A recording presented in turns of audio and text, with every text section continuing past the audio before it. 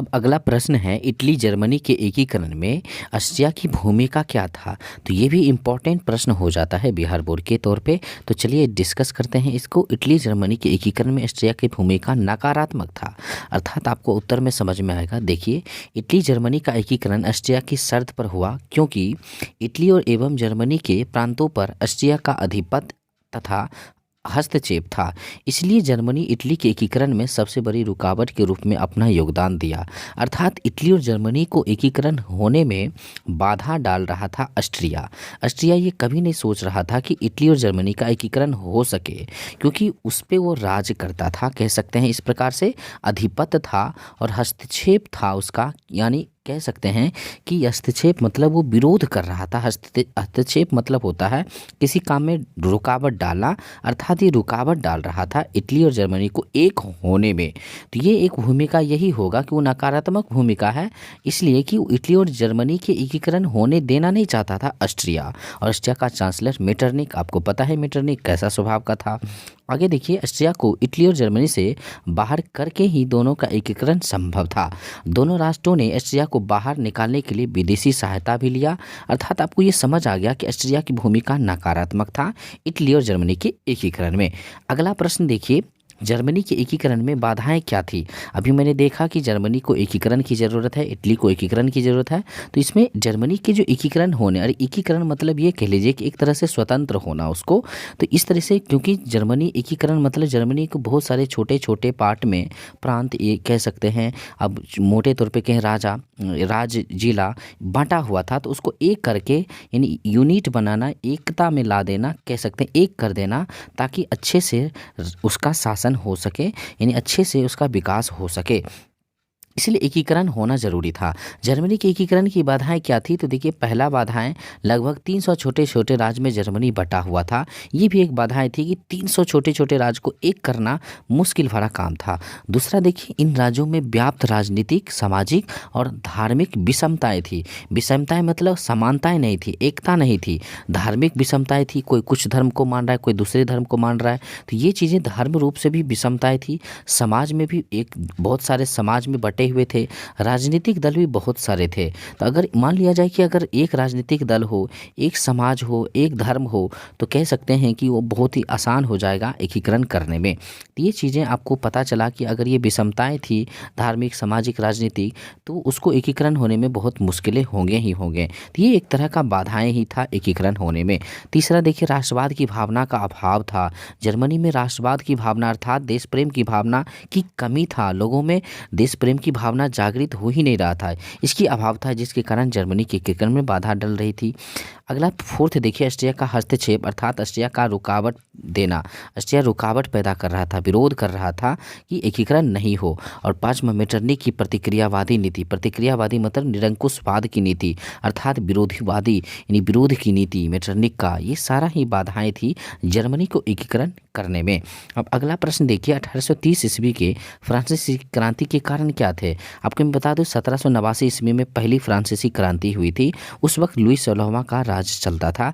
Louis 16वां का, ये याद रखिएगा कि फ्रांस, और लुई 16वां बुर्बो राजवंश का राजा था। तो ये आपको समझ में आ गया कि बुर्बो राजवंश का शासन था, अर्थात लुई 16वां का शासन था 1789 ईस्वी में। अब ये 1830 ईस्वी में भी फ्रांसीसी क्रांति हुई। तो उसको हम, कारण क्या था वो डिस्कस करते हैं। चलिए स्टार्ट करते हैं। तो सबसे पहले थोड़ा झलक देख लीजिए। 1830 ईस्वी में फ्रांस की जनता ने बुर्बो वंश के सम्राट चार्ल्स दसम के विरुद्ध एक सफल क्रांति की थी। चार्ल्स दसम सिंहासन छोड़कर भाग गया। यूरोप में इतिहास में इसे जुलाई क्रांति के नाम से जाना जाता है। मैंने अभी बताया कि 1789 में लुई 16वां को भगाया गया, 1830 ईस्वी में चार्ल्स दसम को भगाया गया। और ये सभी राजाएं बहुत ही खराब था, प्रतिक्रियावादी था, निरंकुश राजा था। तो इसलिए ये जनता इससे खुश नहीं होता था, इसको भगाना पड़ता, यानी कह सकते हैं कि इसको मारना पड़ता था जनता के द्वारा, या भगाना पड़ता था। तो इस तरीके से आपको समझ आया कि 1830 ईस्वी में कौन निरंकुश था, तो चार्ल्स दसम। और 1789 में कौन निरंकुश था, तो लुई 16वां। अब आगे देखिए, बुर्बो राजवंश का यहाँ पे पुनर्स्थापना हो गया। फिर से समझिए 1789 ईस्वी में बुर्बो राजवंश चला गया। फिर 1815 में वियना कांग्रेस में आ गया। फिर देखिए ये कह सकते हैं 1830 ईस्वी में ये बुर्बो राजवंश की पुनर्स्थापना हुई है। तो 1789 ईस्वी की फ्रांसीसी क्रांति बुर्बो वंश के सम्राट लुई 16वां के निरंकुश शासन के विरुद्ध की गई थी। ये आपको मैंने बताया। फ्रांस की जनता बुर्बो राजवंश की या बुर्बो वंश की निरंकुशता से घृणा करती थी, किंतु वियना सम्मेलन के राजनीतिकों ने उसी वंश को 1815 ईस्वी में पुनः सत्तारूढ़ करके जन असंतोष को जन्म दिया, अर्थात लोगों में असंतोष की भावना, लोगों में निराशा की भावना जागृत कर दिया, क्योंकि 1815 में बुर्बो वंश का फिर से बुलावा आ गया। फ्रांस में एक वर्ग ऐसा भी था जो किसी भी दशा में बुर्बो वंश की अधीनता को स्वीकार करने के लिए तैयार नहीं था। बुर्बो होगा ध्यान से। अब आगे देखिए ये आपका कारण था कि बुर्बो राजवंश यानी बुर्बो वंश की पुनर्स्थापना के कारण भी 1830 की क्रांति हुई थी, यानी जुलाई क्रांति उसको ही कहा जाता है। दूसरा पॉइंट देखिए चार्ल्स दशम की दमकारी यानी कह सकते हैं दमकारी नीति यानी विनाशकारी नीति कह सकते हैं, या चार्ल्स दशम की प्रतिक्रियावादी नीति कह सकते हैं, अर्थात चार्ल्स दशम के कारण भी ये क्रांति हुई थी। अब आगे डिटेल्स देखिए। चार्ल्स दशम के एक प्रतिक्रियावादी शासक था। उसने फ्रांस में अपना निरंकुश शासन स्थापित करके क्रांति के समर्थकों का दमन करना प्रारंभ कर दिया। उसकी दमनकारी नीति ने फ्रांस की जनता को अत्यधिक रुष्ट कर दिया, अत्यधिक कष्ट में डाल दिया। फलस्वरूप क्रांति का विस्फोट होना निश्चित हो गया, अर्थात 1830 की फ्रांसीसी क्रांति तय था। आगे देखिए मध्यम वर्ग में असंतोष की भावना पैदा होना। यहाँ तीसरा पॉइंट देखिए 1789 ईस्वी में मध्यम वर्ग ने क्रांति का आरंभ किया था। 1830 में यही वर्ग जागरूक और संतुष्ट था, अतः इस वर्ग के लेखक, वकीलों, डॉक्टरों, वैज्ञानिकों, पत्रकारों ने क्रांति भावना की उत्पन्न की। इस तरह से आपने समझ लिया। चौथा पॉइंट देखिए 1830 ईस्वी की क्रांति के कारण कैथोलिक का भ्रष्टाचार भी था। मेटरनिख की सफलता एवं निरंकुश शासन की स्थापनाओं से चर्च में पुनः भ्रष्टाचार, घमंड, विलासिता, समान वर्ग की उपेक्षा अर्थात उसको नीच तौर पे देखना, उन पर अत्याचार आरंभ हो गए। अतः जनता ने पुनः चर्च के खिलाफ संघर्ष आरंभ कर दिया, अर्थात 1830 ईस्वी की क्रांति स्टार्ट हो गई।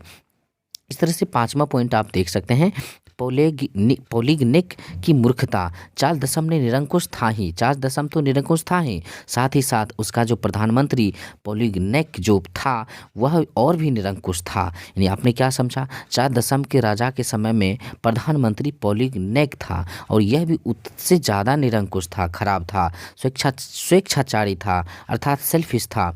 उसने उदारवाद को समाप्त कर शक्तिशाली कुलीन वर्ग की स्थापना की घोषणा की। इस घोषणा ने असंतुष्ट जनता को क्रांति के लिए प्रेरणा दी। कुलीन वर्ग मतलब राजा जैसा वर्ग, यानी कुलीन वर्ग में राजा के इक्वल जो धनी व्यक्ति था वह लोग आते थे। इस तरीके से आपको ध्यान रखनी है। और अंतिम जो जुलाई का अध्यादेश, ये जुलाई अध्यादेश क्या है बच्चों, 1830 ईस्वी जुलाई में एक अध्यादेश जारी हुआ था। तो आगे डिटेल्स देखिए। 1830 ईस्वी में फ्रांसीसी क्रांति के मुख्य कारण यही था। चार्ल्स दशम ने सेंट क्लाउड के अध्यादेश थे, यानी उस सेंट क्लाउड के अध्यादेश थे। चार्ल्स दशम की दमन नीति उस समय पराकाष्ठा पर पहुंच गई। जब 26 जुलाई 1830 को उसने अध्यादेश पारित करके प्रेस की स्वतंत्रता पर प्रतिबंध लगा दिया।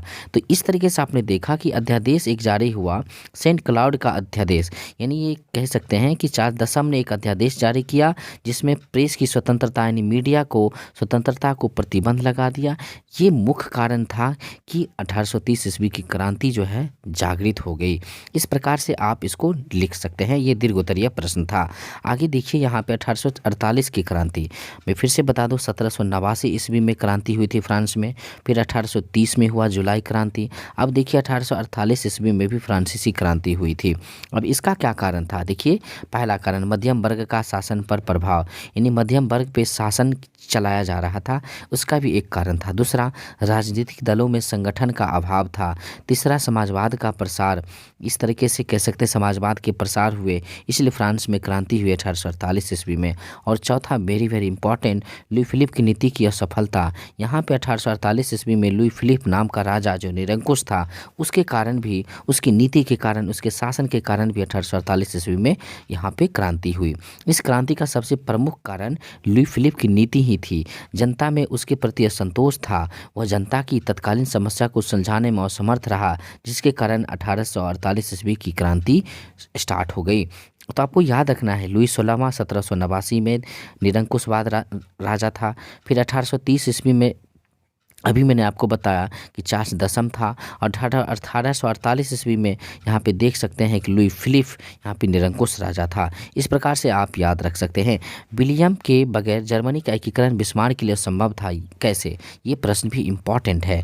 विलियम के बगैर, विलियम प्रथम उसका नाम था, विलियम प्रथम के बगैर जर्मनी का एकीकरण बिस्मार्क के लिए असंभव था। बिस्मार्क भी एक इंसान का नाम है, आपको पता है।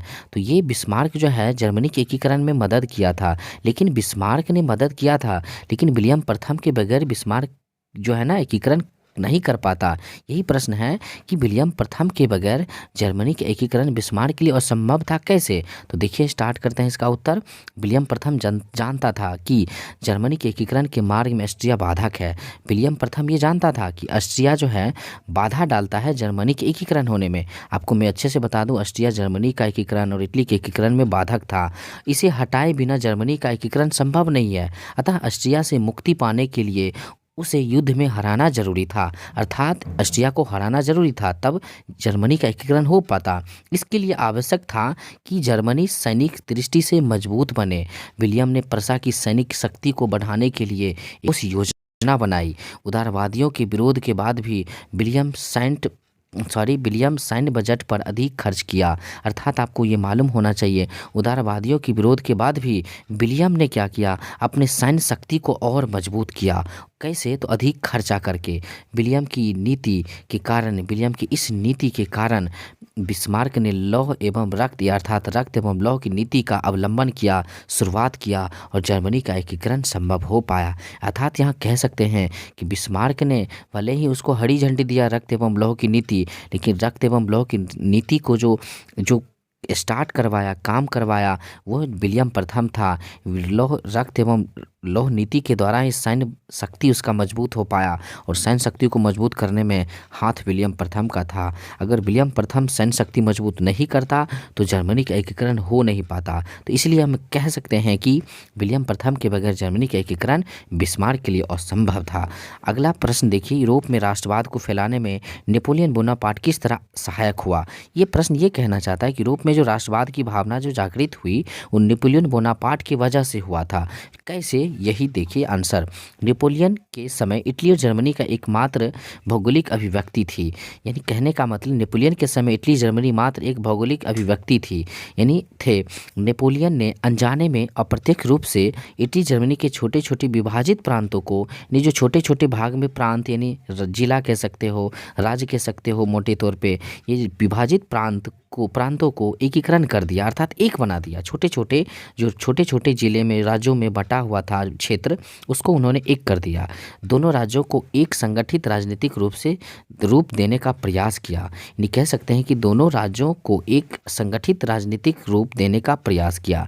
दोनों देशों में राष्ट्रीयता की भावना को जागृत किया। नेपोलियन ने समानता, भ्रातृत्व, भाईचारा पर आधारित नवीन समाज का निर्माण इन देशों में कर दिया।